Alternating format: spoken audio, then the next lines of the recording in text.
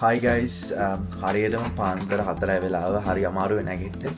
මොකද අපිට මේ වෙලාවට යන්න වෙනවා මවුන්ට් ගැම්බිය වලට හරියටම වෙලාවට යන්න නම් මවුන්ට් ගැම්බිය වල අද කරන්න වැඩ ගොඩක් තියෙනවා. ඒ වගේම ඉස්සරහ දවස් ටිකේදී මවුන්ට් බුල වෙනකම් අපිට යන්න ගොඩක් වැඩ තියෙනවා. ඉතින් දවසින් දවස ඉන්න එක වීඩියෝ එක කවර් කරනවා. ඉතින් මාත් එක්ක ඉන්න subscribe කරන්න. Let's see how it goes.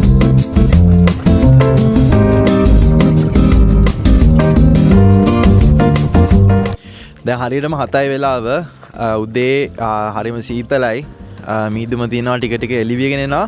ඉතින් අපිත් එක්ක ඉන්නවා යන කට්ටිය මොකද හිතෙන්නේ? අද එක්සයිටඩ් මොකද අපි ට්‍රිප් එකක් කරනවා බ්ලූ ලේක්ස් පොඩක් සීතලයි ගණන් ගන්න එහෙම තමයි. මාළු මොකද හිතෙන්නේ? Excited මගේ first road trip එක. Okay. ඔයාලට මොකද හිතෙන්නේ? I'm also quite excited. හරිම සතුටුයි මෙහෙම එළියට එන්න හම් වෙච්ච එක ගැන. මම drive කරන්නත් හම්බුණා so I'm really enjoying. ඔන්න ඉතින් අපි ආව මවුන්ට් ගැම්බිය වලට උදේ 8ට විතර. ඉතින් හරි කාම් සහ මේක වීක් ඩේ එකක් ඉඳලා එච්චර මිනිස්සු හිටියේ නෑ. ඉතින් හරි පොඩි සිටි එකක්. ඊට පස්සේ අපි මුලින්ම ගියේ කේව් ගාඩන් එක. කේව් ගාඩන් එක තියෙන්නේ සිටි එක මැද්දෙමයි. මවුන්ට් ගැම්බිය සිටි එක මැද්දෙමයි. ඉතින් මේක සින්ක් හෝල් එකක්. ඒක හරි ලස්සනට හදලා තියෙනවා. මෙතන මේන්ලි වෙන්නේ නගරයේ ජලය එකතු වෙන යුවා මෙතන කානුවෙන් නිකන් දියැල්ලක් වගේ බිමට වැටෙනවා. ඉතින් දැන්ට අපිට දකින්න නැහැ දියැල්ල වගේ තියෙන එක. හැබැයි මේක වැස්ස කාලේට ඉතින් ලස්සනට පේනවා. ඉතින් තවත් විශේෂ දෙයක් තමයි මෙතන ගියාම ඔයාලට බලන්න පුළුවන් පැඩ්ලොක්ස් තියෙනවා නම් ලියලා.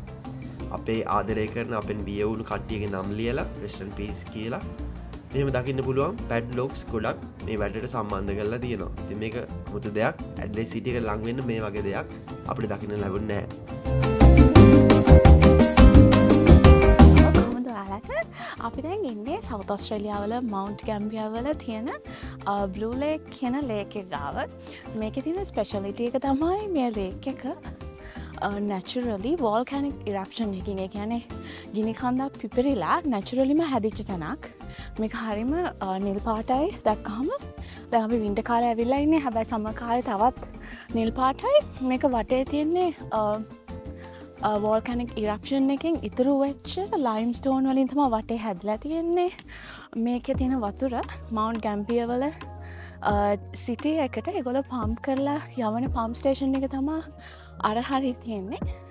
එතකොට ඇත්තටම මේක නැචරල්ම හරිම පියෝ වතුර තියෙන හින්දා තමයි බ්ලූ පාටට පේන්නේ. හැබැයි සමහර කාලවල මේක ග්‍රේ කලර් වෙනවා කැල්සියම් කාබනේට් තැම්පත් වුණාට පස්සේ. අපි මෙතන ටුවර් එකක් කරලා එතකොට ඒ ටුවර් ගයිඩ්ගෙන් අපි විස්තර දැනගත්තා. ඒගොල්ලෝ කිව්වා මේ වතුර කොච්චර පියෝද කියන්නේ ඒගොල්ලෝ කෙලින්ම පම්ප් කරනවා කැල්සියම් බොහොම අඩු ප්‍රමාණයක් විතරක් යූස් කරලා ඩිසින්ෆෙක්ට් කරලා ගෙවල් වලට හරිම පියෝ වතුර තමයි කෙලින්ම යන්නේ. We decided to ride into Mount Gambier and go to a local horse race meeting. Now, whilst he was at that meeting, he met up with some friends, was having a few drinks. Then towards the end of the day, they decided to ride home together. Now, riding home, and they decided to put challenges up, such as... ඉතින් ඔය විදිහට අපි tour guide කෙනෙක් ගත්තා. ඒ කියන්නේ mount ගැම්බිය වල tour එකක් ගන්න පුළුවන්. ඔයාලා Google search කරා නම් මවුන්ට් ගැම්බිය බ්ලූ ලේක් ටුවර් කියලා $12ක් වගේ ප්‍රමාණයක් තමයි වෙන්නේ එක්කෙනෙක්ට. එයා විස්තර කරන ඔක්කොම ඒකේ ඉතිහාසය සහ දැන් දක්වා විකාශනය වුණ විදිය. ඔයාලා දැන් දකින්න පුළුවන් වෙන්නේ පම්ප් ස්ටේෂන් එක. ලස්සන ලොකේෂන් එක පිටලා තියෙනවා. මේකට සාමාන්‍ය මිනිස්සුන්ට ඇක්සස් නැහැ වා ටුවර් එක ගන්නේ නැත්තම්. ඊට පස්සේ ඉතින් අපිට යාළුවෙක් හමු වුණා. ඒ ටුවර් ගයිඩ් එකගේ පෙට් තමයි මේ. ඊට පස්සේ එයා විස්තර කරා ඒ කාලේ කොහොමද පරණ තාක්ෂණය ප්‍රෙෂර් එක ඒ කාලේ මැනගත්තේ කොහොමද? ඒ වගේ පොඩි මියුසියම් එකක් වගේ තියෙනවා පම්ප් ස්ටේෂන් එක උඩ. ඊට පස්සේ මෙතනින් පෙන්නන්නේ පම්ප් ස්ටේෂන් එකෙන් කොහොමද වතුර පම්ප් වෙන්නේ සහ මිනිස්සුන්ට බෙදා හරින්නේ. ඊට පස්සේ අපි මේ ලිෆ්ට් එකකින් යටට ගියා. මේක දැන් නවීන ලිෆ්ට් එකක් විදිහට හදලා තිබ්බට ඉස්සර ඒ කාලේ පරණ ස්කෙලේට් එකක් වගේ තමයි තිබිලා තියෙන්නේ. ගොඩක් ටිකක් වෙලා පල්ලෙහාට යන්න තියෙනවා. ලෙක් එකේ පල්ලෙහාට තමයි අපි මේ යන්නේ. දැන් ටනල් එකෙන් ටික අපේ පම්ප් ස්ටේෂන් එක තියෙන තැනට තමයි මේ So all යන්නේ. those factors have attributed to water table dropping about 9 metres. මේ යන අතරතුර සහ හැම වෙලාවෙම ඉතින් මෙයා එක එක විස්තර කියනවා. මෙතන තමයි පම්ප් ස්ටේෂන් එක තියෙන්නේ. ඔයාලට පේනවා මෙතනින් තමයි පම්ප් කරන්නේ වතුර. හරි ලස්සනයි PO වලට තියෙන්නේ. දැන් යා පෙන්නුවේ ටැප් එකක් ඕපන් කරලා කොච්චර ප්‍රෙෂර් එකක් තියෙනවද කියලා. මොකද ප්‍රෙෂර් එක මාරි ඉම්පෝටන්ට් මේ වතුර ටික නගරේ පුරා බෙදා හරින්න. ඉතින් ඔහොම තමයි බ්ලූ ලේක් ටුවර් එක ඉවරුනේ. ඊට පස්සේ අපි ගියා එන්ගල්බ්‍රෙඩ් කේව් එකට. ඒකත් වැඩි දුරකින් නෙමෙයි තියෙන්නේ මවුන්ට් ගැම්බියර් සිටි එකේ ඉඳලා. අපි ඒකටත් ගවුඩිය ටුවර් එකක් ගන්න ඕනේ. ඒ කියන්නේ ටිකට් එක ගද්දී යාළුවට ගයිඩඩ් ටුවර් එකක් දෙනවා. මේ වගේ පාත් එකකින් අපිට අතුරට යන්න තියෙනවා. මේ යාළුවා පෙන්නන්නේ මේ කාලේ using tools වගේ දේවල්. මොකද මේක ඉබේ ඇති වෙන කේව් එකක් නෙමෙයි. මේක මිනිස්සු ඇවිල්ලා සුද්ධ කරලා වගත්තු කේව් එකක්. ඉතින් ඔයාලා පේනවා උඩ සිදුරක් තියෙනවා. ඒ සිදුරේ මිනිස්සු ඉස්සර කුණු දාලා තිනවා මේ ඒක ඇතුළට. ඒ කියන්නේ යාලා වලක් කියලා හිතාගෙන කුණු දාලා පටන් අරගෙන තිනවා. හැබැයි පස්සේ වාගෙන තිනවා මේකේ ඉම්පෝටන්ස් එක. ඒත් ඒක තමයි කුණු ටික සුද්ධ කරලා මිනිස්සුන්ට බලන්න පුළුවන් විදිහට මේක හදලා තියෙන්නේ. ඉතින් ඒ කාලේ වෝටර් ලෙවල් එක ගොඩක් තියලා තිනවා. ඒකයි ස්කූබා ඩයිවර්ස් කරන කට්ටිය ගෙව දාලා තියෙන්නේ.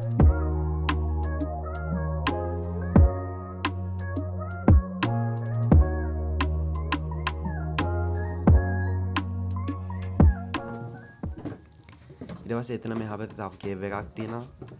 ඒකේ දේවල් පේනවා ඒ හුණු පාෂාණයේ හින්දා ලස්සන ස්ට්‍රක්චර් එකක්, ලස්සන view එකක් තියෙනවා ඇතුළට. ඉතින් ෆොටෝස් ගන්න මාරම ලස්සනයි. මේක ඇස් දෙකෙන් දැක්ක අපිට මාරම ලස්සනයි.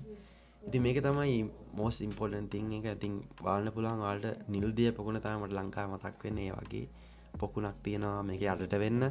ඉතින් මේක රාවණ රජුන්ට සම්බන්ධයක් නැහැ.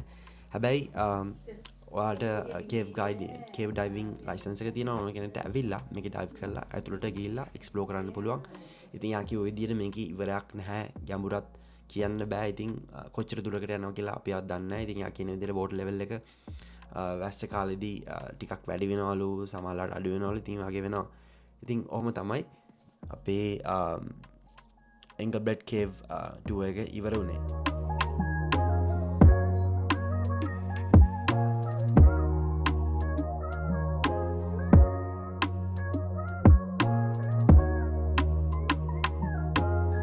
දැන් ඔයාලට පේනවා මම මේ බ්ලූ ලේක් එක ගාව ඉන්නේ. තව view point එකකින් අපි අර පැත්තේ view point එකකින් බැලුවා. ඒ වගේ මේ view point එකටත් හොඳටම පේනවා.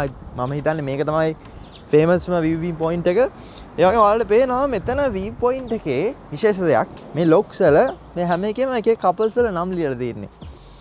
නම් ලියලා එක එක hearts දාලා ඒ වගේ තියලා lock එක මෙතනින් දාලා යනවා.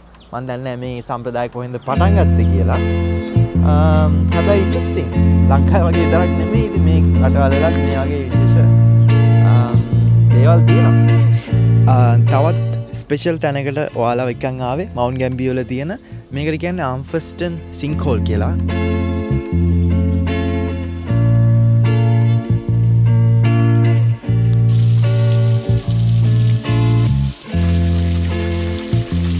ඉතින් මවුන්ට් ගැම්බියර් වල මේ වගේ ගොඩක් සින්ක්හෝල්ස් තිබිලා තියෙනවා. ඉතින් මේක විශේෂත්වයක් තියෙනවා. මේ ජේම්ස් ආම්ෆස්ටන් කියන පුද්ගලයාගේ රෙසිඩන්ස් එකක් විදිහට තමයි මේ ස්ථානේ තිබිලා තියෙන්නේ. එයා ලස්සනට මල් වවලා ගාඩන් එකක් විදිහට ලස්සන තියාගෙන තියෙනවා. කොහොම හරි කාලෙත් එක්ක යද්දී එයාගේ රෙසිඩන්ස් එක නැති වෙනවත් එක්කම සිටි ඔෆ් මවුන්ට් ගැම්බියර් මේක අරගෙන මේක නවීකරණය කරලා තව තවත් ලස්සන කරලා මිනිස්සුන්ට බලන්න පුළුවන් විදිහට අද වගේ මේ වගේ ලස්සන ගාඩන් එකක් විදිහට හදලා තියෙනවා.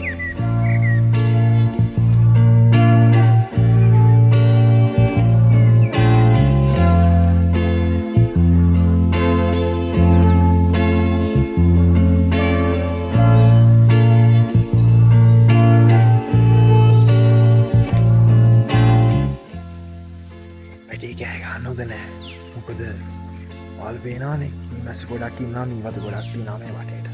ආම්ෆස්ටන් සින්ක්හෝල් එක සමහර කාලේ තමයි ගොඩක්ම ලස්සන මල් ගොඩක් දකින්න පුළුවන්.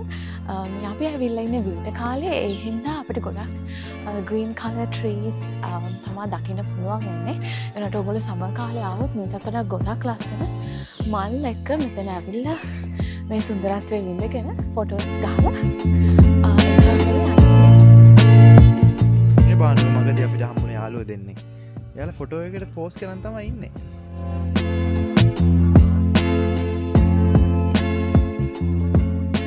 මේ ඇවිල්ලා තියෙන්නේ මවුන්ට් ගැම්බියර් සිටි එකේ තියෙන බ්ලූ ලේක් එකේ පොඩි එක. ලිටල් බ්ලූ ලේක් වලට. ඉතින් ඔයාලට පේනවා සයිස් එකෙන් ටිකක් පොඩි. ඒ වගේම මේකට ලේසියෙන් යන්න පුළුවන් මේ වගේ ප්ලැට්ෆෝම් එකක් හදලා තියෙනවා. සමකාලීන මේක පිරෙන්න ගොඩක් මිනිස්සු ඉන්නවා. හැබැයි දැන් මේ වින්ටර් ගිහින්දා එච්චර මිනිස්සු නෑ මෙතන. ඔයාලට පේනවනේ කවුරුත් නෑ අද දවසේ. ඉතින් මෙතන ප්ලැට්ෆෝම් එක හදලා තියෙන්නේ මිනිස්සුන්ට මේකෙන් නාන්න පුළුවන් විදියට. ඒ කියන්නේ මේ බ්ලූ ලේක් එක ලිටල් බ්ලූ ලේක් එක හරි ප්‍රසිද්ධයි. ඔයාලා දැකලා තියෙනවා Instagram එකේ උනත් ෆොටෝස් තියෙනවා. මේකේ මිනිස්සු නානවා. මොකද මේක හදලා තියෙන්නේ නිකන් ඇත්තරම පූල් එකක් විදියට ඕන කෙනෙක්ට පැනලා නාන්න පුළුවන් විදියට. මේකත් අර වගේම සිංක් හෝල් එකක්. ඒ වගේම ගොඩක් වෙලාවට පියෝවට තියෙන්නේ. ඒ වගේම මේක දවල් වෙලාවේදී බැලුවට පස්සේ හුඟක් බ්ලූ කලර් එක පේනවා. ඒ වගේම ගැඹුර ගැන කතා කරොත් මේකේ ෂැලෝම ඩීප් එක තියෙන්නේ මීටර් 28ක්. ඒ වගේම වැඩියෙන්ම ඩෙප්ත් එක තියෙන්නේ මීටර් 50 ගානක් වෙනකම් මේකේ ඩීප් එක තියෙනවා. ඒ කියන්නේ ගොඩක් ගැඹුරුයි. හැබැයි මිනිස්සු ඉතින් ක්ලිෆ් ජම්පින් වලට මේක යූස් කරනවා. මොකද යට රොක්ස් මොකුත් නැහැ. හරි පැහැදිලි. ඉතින් නාන්න එනවනම් සමකාලේ එනවනම් මේක තමයි නියම තැන. ඔයාලත් ඇවිල්ලා බලන්න. ඒකත් එක්ක මවුන්ට් ගැම්බිය වල බලන්න තියෙන තැන් ටික අපි ඔක්කොම රීච් කරලා ඉවරයි. දැන් අපි කමඩේෂන් එකට තමයි යන්නේ. ඉතින් මවුන්ට් ගැම්බිය වල ගෙවුණු දවස ඔහොම තමයි. ඔයාලත් මෙහෙට ට්‍රිප් එකක් එනවා නම් මේ විදිහට යන්න. ආයේ ඩේ 2 එක අරන් එන්නම් හෙට.